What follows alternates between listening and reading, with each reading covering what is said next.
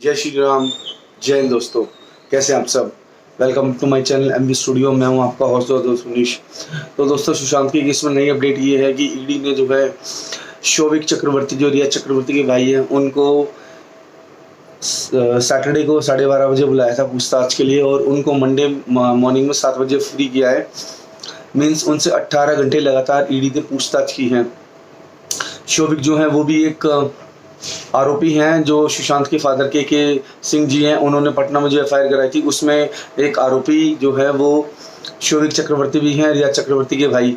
तो उस एंगल में भी ये ईडी ने मनी लॉन्ड्रिंग के खिलाफ उनके खिलाफ मुकदमा दर्ज किया है और उनसे पूछताछ की है। 18 घंटे तक चली पूछताछ के बाद शोविक को छोड़ा गया है और शोविक से उनके एक्सपेंस के बारे में पूछा गया है, उनकी इनकम के बारे में पूछा गया है और उनके बिजनेस के बारे में पूछा गया है। और ये भी कहा गया है कि जो सुशांत की कंपनी थी उनमें उनकी क्या साझेदारी थी। कहा यह जा रहा है कि जो शोविक चक्रवर्ती थे वो उसमें डायरेक्टर थे, तो उस एंगल से भी जो है ईडी मनी लॉन्ड्रिंग की केस में उनसे पूछताछ की रही है। बेसिकली सुशांत के फादर ने कहा था कि उनके अकाउंट से 15 करोड़ रुपए की लेन देन हुआ है और ईडी को ये भी सबूत मिले हैं कि जो रिया से शोविक के अकाउंट में पैसा ट्रांसफ़र किया गया है और काफ़ी पैसा जो है वो उनके अकाउंट से दूसरे अकाउंट में ट्रांसफ़र किया गया है। इसके अलावा जो है जो उनकी 5 साल की इनकम टैक्स रिटर्न है वो भी ईडी ने मांगी है और उनकी इनकम टैक्स स्टेटमेंट पे जो भी उनका एक्सपेंस है और जो भी उनकी डिपॉजिट है वो सारा ईडी ने उनसे पूछा गया है। इसके अलावा ईडी ने मंडे को रिया चक्रवर्ती के भाई रिया चक्रवर्ती के फादर को भी पूछताछ के लिए बुलाया था। पहले अलग अलग बुलाया था, अब ईडी चाहती कि इन तीनों को एक साथ बैठाकर इनसे पूछताछ की जाए ताकि इन तीनों की जो भी स्टेटमेंट लाई है वो तीनों कितनी मैच करती हैं। बेसिकली ये था कि तीनों लोग जो बिल्कुल कोऑपरेट नहीं कर रहे थे ईडी के साथ और अलग अलग स्टेटमेंट दे रहे थे, तो ईडी ने तीनों को एक साथ बिठाकर जो है वो पूछताछ की गई है। इसके अलावा ईडी ने पहला सम्मन दिया था पूछताछ के लिए सिद्धार्थ पिठानी को, जो रिया और सुशांत सिंह राजपूत के एक कॉमन फ्रेंड थे जो सुशांत के साथ उनके फ्लैट पे रहते थे, तो उनको भी पूछताछ के लिए बुलाया था, बट वो पहली पूछताछ में नहीं पहुंचे थे। ईडी ने उनको दूसरा सम्मन दिया है, अब उनको दूसरे सम्मन के लिए बुलाया गया है जहाँ पे वो हाजिर होंगे। इसके अलावा दोस्तों, ईडी ने जो है रिया चक्रवर्ती का भी 5 साल का सारा रिकॉर्ड खंगाला है और उनसे पूरी पूछताछ की है कि उनका 5 साल में क्या एक्सपेंस था, कितना उनकी आय हुई है, उनका सुशांत के साथ क्या बिजनेस था, उनके घर वालों का क्या मतलब था, जो उनका पोस्टल एड्रेस था उसमें सुशांत के फ्लैट का एड्रेस नहीं देखी, नवी मुंबई में उनका जो एड्रेस है वो एड्रेस क्यों दिया गया था। तो बहुत सारी चीज़ें जो हैं वो उनसे पूछी गई हैं दोस्तों। इसके अलावा जो अगली खबर ये आ रही है कि रिया चक्रवर्ती ने सुप्रीम कोर्ट में एक नई पिटीशन दायर की है। उन्होंने कहा है कि मीडिया ट्रायल अभी चल रहा है, मीडिया मुझे दोषी नहीं ठहरा सकती और मुझे इस केस में बदनाम करने की कोशिश की जा रही है।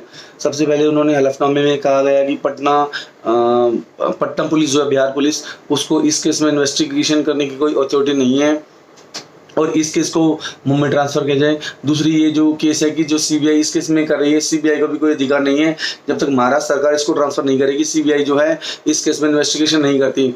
तो उन्होंने ये 2 हलफनामे दायर किए हैं, अब देखते हैं इस केस में क्या होते हैं।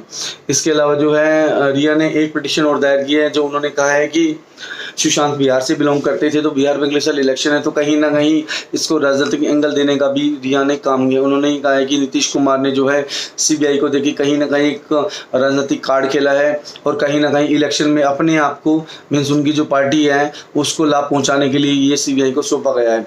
तो ये 2 पिटीशन उन्होंने दायर की। अब देखते हैं सुप्रीम कोर्ट इस बारे में क्या करता है। जो भी अपडेट होगी दोस्तों वो इस बारे में आपको बता दूंगा।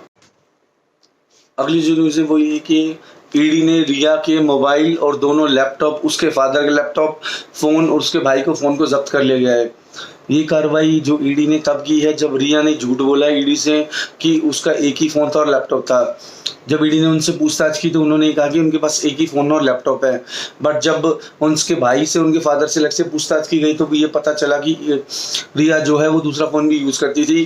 फिर बीच में ही उनके भाई को उनके घर भेजकर फ़ोन मंगवाया गया है, उनके दोनों फ़ोन को जब्त कर लिया गया है, उनके लैपटॉप को भी जब्त कर लिया गया है, उनके फादर और उनके भाई के फ़ोन को भी जब्त कर लिया गया है।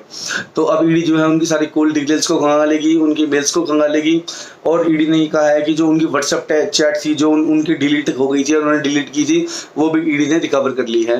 टेक्निकली कोई फंडा होता है जिनसे रिकवर कर लेते हैं। तो ईडी ने अभी तक रिया के खिलाफ शिकंजा बहुत ज़बरदस्त कस दिया है। टेक्निकली उनके सारे फ़ोन, लैपटॉप्स, फादर का मोबाइल, लैपटॉप, भाई का मोबाइल, सब कुछ ईडी ने जब्त कर लिया है। अब इनकी फॉरेंसिक एक्सपर्ट के थ्रू जांच की जाएगी कि कितना व्हाट्सएप चैट किया गया था, क्या क्या मेल थी, क्या क्या चीज़, हर चीज़ को खंगाला जाएगा। दोस्तों इसके अलावा ये है, ईडी ने कहा कि रिया चक्रवर्ती बिल्कुल भी कोऑपरेट नहीं कर रही हैं, वो किसी भी सवाल का जवाब नहीं दे रही हैं, उनसे जो पूछा गया है वो भी नहीं बता पा रही हैं और हर चीज़ को वो आनाकानी कर रही हैं। तो ईडी को ज़बरदस्ती कदम उठाना पड़ा और उन्होंने झूठ बोला था। इसके अलावा जो है ईडी ने उनसे दोनों फ्लैट के पेपर, जो उनके फ्लैट के पेपर थे वो पूछे हैं। इसके अलावा उनकी इनकम कितनी है वो भी पूछा है, उन्होंने कहाँ कहाँ इन्वेस्ट किया गया ये भी पूछा है और उनके क्या क्या एक्सपेंस है ये भी पूछा है। बेसिकली वो कितना कमाती थी, कितना उनका खर्चा होता था और कितना अमाउंट ऑफ मनी उन्होंने किस बिजनेस में इन्वेस्ट किया हुआ ये भी ईडी ने उनसे पूछा है। तो ईडी ने एक एंगल ये भी लिया है कि कहीं सुशांत के पैसों का ब्लैक मनी में मिसयूज ना किया हो, सुशांत के मनी का जो ट्रांसफर उन्होंने किया था वो किन किन खर्चों में किया था और वो कहाँ कहाँ यूज हुए थे। तो ये सब ईडी ने पूछा है। कल सुप्रीम कोर्ट में इसकी डेट है, 2 पिटीशन जो है वो रिया की हैं और इसके अलावा एक पिटीशन और जो पहले डाली गई थी, सुप्रीम कोर्ट ने जो जवाब मांगा था उसकी भी कल सुनवाई है। तो उस बारे में जो भी अपडेट होगा हम बता दूंगा। दोस्तों एक खबर ऐसी जो आपको किसी ने ना बताई होगी, ना आपको पता होगी कि बिहार पुलिस ने महाराष्ट्र पुलिस को बहुत बुरी पटकनी दी है।